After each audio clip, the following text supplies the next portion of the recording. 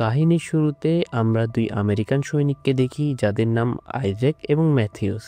এটি ২০০৭ সালের সময়, যখন ইরাক এবং আমেরিকার যুদ্ধ শেষ হয়ে গিয়েছে। তবুও আইজ্যাক এবং ম্যাথিউসকে ইরাকে পাঠানো হয়েছে একটি পাইপলাইন নির্মাণের উপর নজর রাখার জন্য, কারণ তাদের খবর আসে যে জুবা নামক এক ইরাকি স্নাইপার সেই সাইডে কাজ করা আমেরিকান সৈন্যকে হত্যা করছে। তারা সে স্থানে পৌঁছে ঝোপের মধ্যে শত্রুর সন্ধান শুরু করে। দেখতে দেখতে ২০ ঘন্টা পার হয়ে যায়, কিন্তু কোনো হালচাল দেখা যায় না। জুবার কোনো খোঁজ খবর পাওয়া যায় না। মরুভূমির প্রচণ্ড গরমে ম্যাথিউসের ধৈর্য শেষ হয়ে যায় এবং সে ভাবতে থাকে যে এখানে কোনো স্নাইপার নেই, কেউ হয়তো তাদের ভুল তথ্য দিয়েছে। সে আইজ্যাককে বলে যে আরও এগিয়ে গিয়ে এলাকাটা তল্লাশি করা দরকার। আইজ্যাক বলে যে এটা বোকামি হবে, কারণ যদি এখানে জুবা থাকে তাহলে তাদের জীবিত ছাড়বে না। ম্যাথিউস যুক্তি দেয় যে এই ২০ ঘন্টায় যদি জুবা এখানে থাকতো তবে হয় আমরা তাকে দেখতাম, না হলে সে আমাদের দেখতো। আর লাশগুলো দেখে মনে হচ্ছে এটা ইরাকি লুটেরাদের কাজ। তখন আইজ্যাক বলে যে সবাই হেডশটে মারা গেছে, এটা লুটেরা না, বরং এটা প্রফেশনাল স্নাইপারের কাজ। ম্যাথিউস আইজ্যাকের কথায় রাজি না হলেও কয়েক ঘন্টা অপেক্ষা করে। দেখতে দেখতে আরও কয়েক ঘন্টা কাটার পর তারা কোনো ধরনের অ্যাক্টিভিটি দেখতে না পেয়ে ম্যাথিউসের ধৈর্য ভেঙে যায়। সে সাইটে গিয়ে চেক করার সিদ্ধান্ত নেয় এবং আইজ্যাককে বলে যেন আইজ্যাক তাকে কাভার করে। সে নিজের গুলি নিয়ে সামনে আগাতে থাকে। কিছু দূর যাওয়ার পর সে সাইটে পৌঁছে। সেখানে সে লাশের স্তূপ দেখে কিছু আমেরিকান সৈন্য আর বাকিগুলো আমেরিকান শ্রমিকদের ছিল।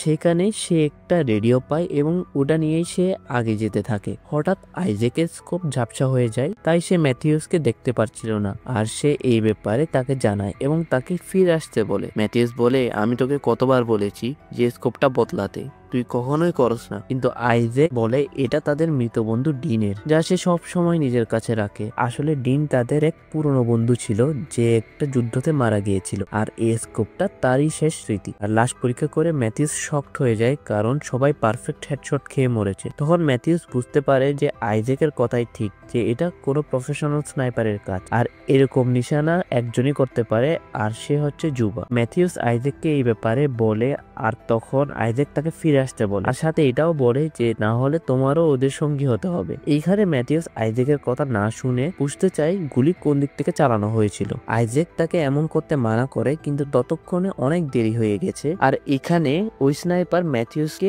পেটে গুলি করে এবং সে পড়ে যায়। আর এই দেখে আইজ্যাক তার সঙ্গীকে বাঁচাতে ছুটে যায়, আর স্নাইপারের গুলি থেকে বাঁচতে সে জিগজ্যাগ করে আগাতে থাকে। কিন্তু ম্যাথিউসকে বাঁচানোর আগেই স্নাইপার তার পায়ে গুলি করে দেয়, তাই সে ম্যাথিউসকে ছেড়ে কোনো রকম একটি দেয়ালের আড়ালে লুকিয়ে যায়। ম্যাথিউস বলে যাতে সে বেঁচে যোগাযোগ করে এবং সাথে ব্যাকআপ ডাকতে।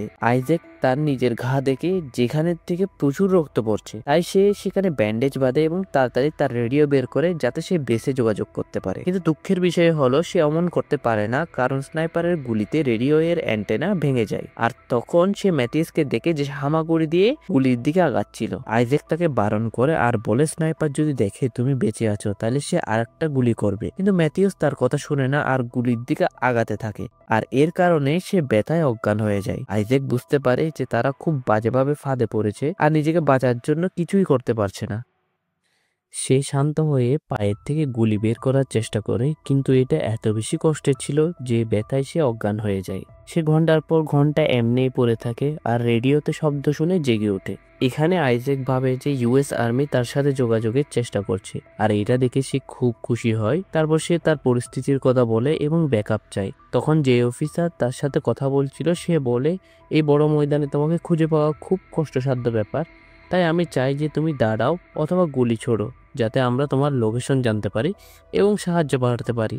এটা শুনে আইজ্যাকের সন্দেহ হয়, কারণ এসব কিছু করা প্রোটোকলের বিপরীত ছিল। তারপর আইজ্যাক যখন ওই ব্যক্তির অ্যাকসেন্টের দিকে ফোকাস করে শুনে, তখন সে বুঝতে পারে এটা কোনো আমেরিকান নয়, বরং এটা সেই স্নাইপার যে গুলি করেছিল। ওই স্নাইপার আইজ্যাকের রেডিও ফ্রিকোয়েন্সি বুঝে তার সাথে মজা নিচ্ছিল। তখন আইজ্যাক বলে, তুমি কোনো আমেরিকান নও, বরং তুমি ওই স্নাইপার যে আমাদের গুলি করেছে। তখন স্নাইপার বলে, হ্যাঁ তোমার আন্দাজ ঠিকই আছে, আমি সেই স্নাইপার যে সবাই সবাইকে মেরেছে এবং তুমি যদি বাঁচতে চাও তবে কথা বলতে থাকো। প্রথমে আইজ্যাক রাজি হয় না, কিন্তু স্নাইপার যখন বলে সে ম্যাথিউসকে গুলি করবে তখন আইজ্যাক রাজি হয় ম্যাথিউসকে বাঁচাতে। ওই স্নাইপার আইজ্যাককে অনেক প্রশ্ন করে আর আইজ্যাক না চাওয়া সত্ত্বেও ওইসবের জবাব দেয়। আর এইসবের মধ্যেও আইজ্যাক তার স্কোপ দিয়ে স্নাইপারকে খুঁজে আর মাটিতে একটা মানচিত্র এঁকে তার সম্ভাব্য জায়গা মার্ক করার চেষ্টা করে। আইজ্যাক জিজ্ঞেস করে সেই স্নাইপারকে, তুমি কেন এসব করছো? ইরাক আমেরিকার যুদ্ধ কবে শেষ হয়ে গেছে? তাহলে এই আমেরিকান শ্রমিকদের মেরে কি লাভ? তুমি ওইসব লোকেদের মারছো যারা তোমার দেশকে উন্নত করছে। তুমি নিজেকে ইরাকি দাবি করো, তোমার তো এটা বোঝা উচিত যে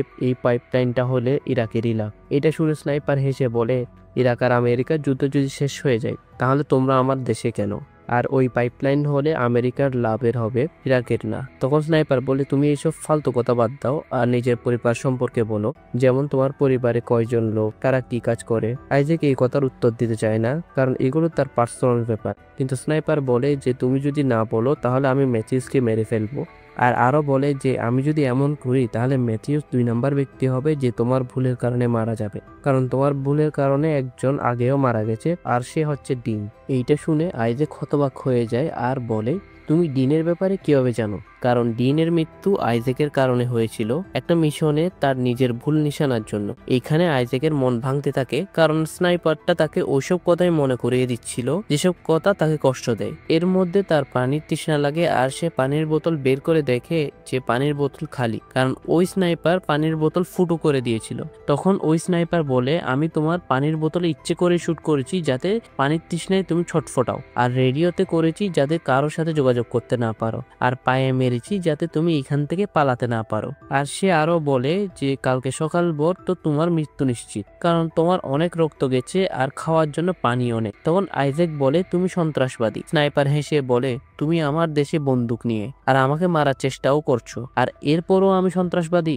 এইসব কথাবার্তার মাঝে আইজ্যাক ওই স্নাইপারকে দেখার চেষ্টা করে, আর তখন তার নজর এক আবর্জনার স্তূপের উপর পড়ে, আর তখন সে বুঝে যায় যে স্নাইপারটা ওইখানেই আছে। এখানে আইজ্যাক বুঝতে পারে যে ওই স্নাইপারটি কতটুকু ভয়ানক, কারণ ওই ময়লার স্তূপে লুকিয়ে থাকা কোনো ছোট বাচ্চার খেলা না। এইখানে আইজ্যাক ওই স্নাইপারকে বলে, তুমি ওই ইরাকি স্নাইপার জুবা নও তো? তখন ওই স্নাইপার বলে যে আমি জুবা নই, আমি তো একজন সাধারণ ইরাকি নাগরিক যে নিজের দেশকে রক্ষা করছে।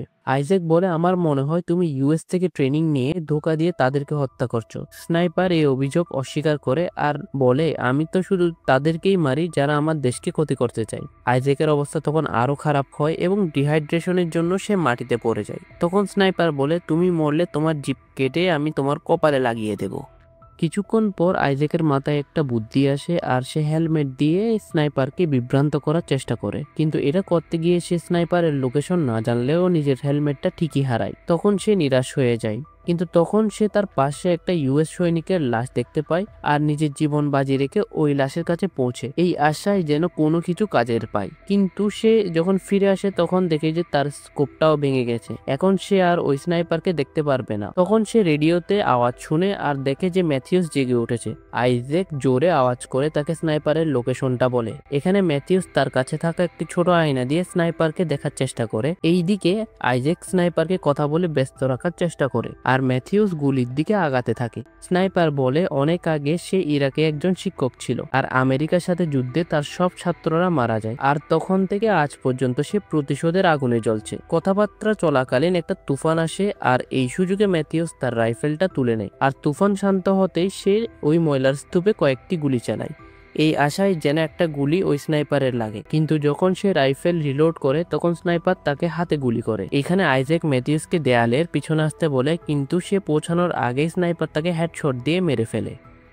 আইজ্যাক ভেঙে পড়ে আর নিজের ফ্যামিলির সাথে দেখা করতে চায়। তখন স্নাইপার বলে, তুমি যদি বাঁচতে চাও তাহলে আমার সাথে কথা বলতে থাকো। আর স্নাইপার জিজ্ঞেস করে যে তুমি ডিনের স্কোপ নিয়ে কেন ঘোরো? আইজ্যাক কান্না করে স্বীকার করে যে ডিনের মৃত্যু তার কারণেই হয়েছে। একটা মিশনের সময় তার নিশানা ছুটে যায় আর ডিন মারা যায়, আর সবাইকে মিথ্যে বলে যে ডিনকে শত্রুপক্ষে স্নাইপাররা মেরেছে। তখন সে রেডিওতে আওয়াজ শুনতে পায় আর দেখে তার বেসের লোক তার সাথে যোগাযোগ করার চেষ্টা করছে। আইজ্যাক তাদের সাথে কথা বলার চেষ্টা করে, কিন্তু স্নাইপার তার রেডিও ফ্রিকোয়েন্সি ট্যাপ করে রাখায় আইজ্যাক তাদের কথা শুনতে পারলেও জবাব দিতে পারে না। তখন ওই স্নাইপার আইজ্যাক সেজে ব্যাকআপ ডাকে। তখন আইজ্যাক বুঝতে পারে যে স্নাইপারই তাদের ডেকেছে যাতে এক এক করে সবাইকে মারতে পারে। সে বাধা দেয় কিন্তু ব্যর্থ হয়ে ঘুমিয়ে পড়ে। সে জেগে উঠে আর দেখে রেডিও শান্ত। তখন সে ভাবে যে স্নাইপারও হয়তো ঘুমিয়ে গেছে, আর এই সুযোগে আইজ্যাক ম্যাথিউসের রাইফেল টেনে নেয় আর আবর্জনায় নিশানা করে। তখন সে দেখে ইউএস আর্মির 2টা হেলিকপ্টার তার দিকেই আসছে, তাই সে সামনে দেয়াল ভেঙে দিয়ে তাদের সিগন্যাল দেয়। এরপর সে নিশানা লাগিয়ে ময়লার স্তূপে গুলি মারে। যদিও সে শিওর ছিল না গুলি কি লেগেছে নাকি না, তাই সে দাঁড়িয়ে চেক করে স্নাইপার মরেছে কিনা। গুলি না আসায় আইজ্যাক ভাবে যে হয় স্নাইপারটা মারা গেছে, না হয় খুব বাজেভাবে আহত হয়েছে। আর তখন হেলিকপ্টারগুলো ল্যান্ড করে আর আইজ্যাকের টিম তাকে স্ট্রেচারে করে নিয়ে যায়। এখানে আইজ্যাক তাদেরকে স্নাইপারের ব্যাপারে বলতে চায়, কিন্তু তার অবস্থা এতই খারাপ ছিল যে সে বলতে পারে না। হেলিকপ্টার উড়ার সাথে সাথে স্নাইপার গুলি করে প্রথমে পাইলটকে মারে, আর 2টো হেলিকপ্টারই ক্র্যাশ হয়ে সবাই মারা যায়। শেষে স্নাইপারটা ইউএস হেডকোয়ার্টারে কল করে নিজেকে ইউএস সৈনিক বলে রেস্কিউ টিম চায়। এইভাবে এই দারুণ মুভিটা শেষ হয়। আশা করি গল্পটা তোমাদের পছন্দ হয়েছে। যদি ভিডিওটি ভালো লেগে থাকে তাহলে লাইক করো এবং চ্যানেলে সাবস্ক্রাইব করো। দেখা হচ্ছে পরের ভিডিওতে, ততক্ষণ পর্যন্ত ভালো থেকো, বাই।